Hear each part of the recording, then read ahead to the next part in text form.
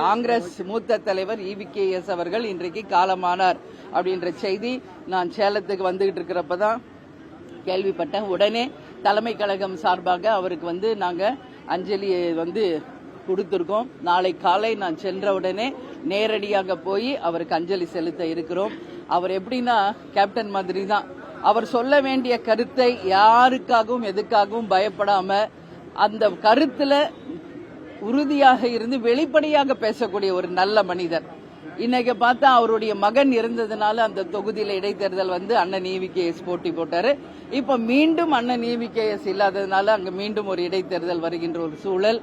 அவர் கொஞ்ச நாளாவே உடல்நிலை சரியில்லாம இருந்தார் என்பது தெரியும். அதனால நிச்சயமாக ஒரு நல்ல நண்பர் கேப்டனுக்கு எங்க குடும்ப நண்பர் தேமுதிக சார்பாக ஆழ்ந்த இரங்கலை அண்ணன் EVKSக்கும் அவங்க குடும்பத்தாருக்கும் கட்சிக்கும் தெரிவிக்கிறோம்.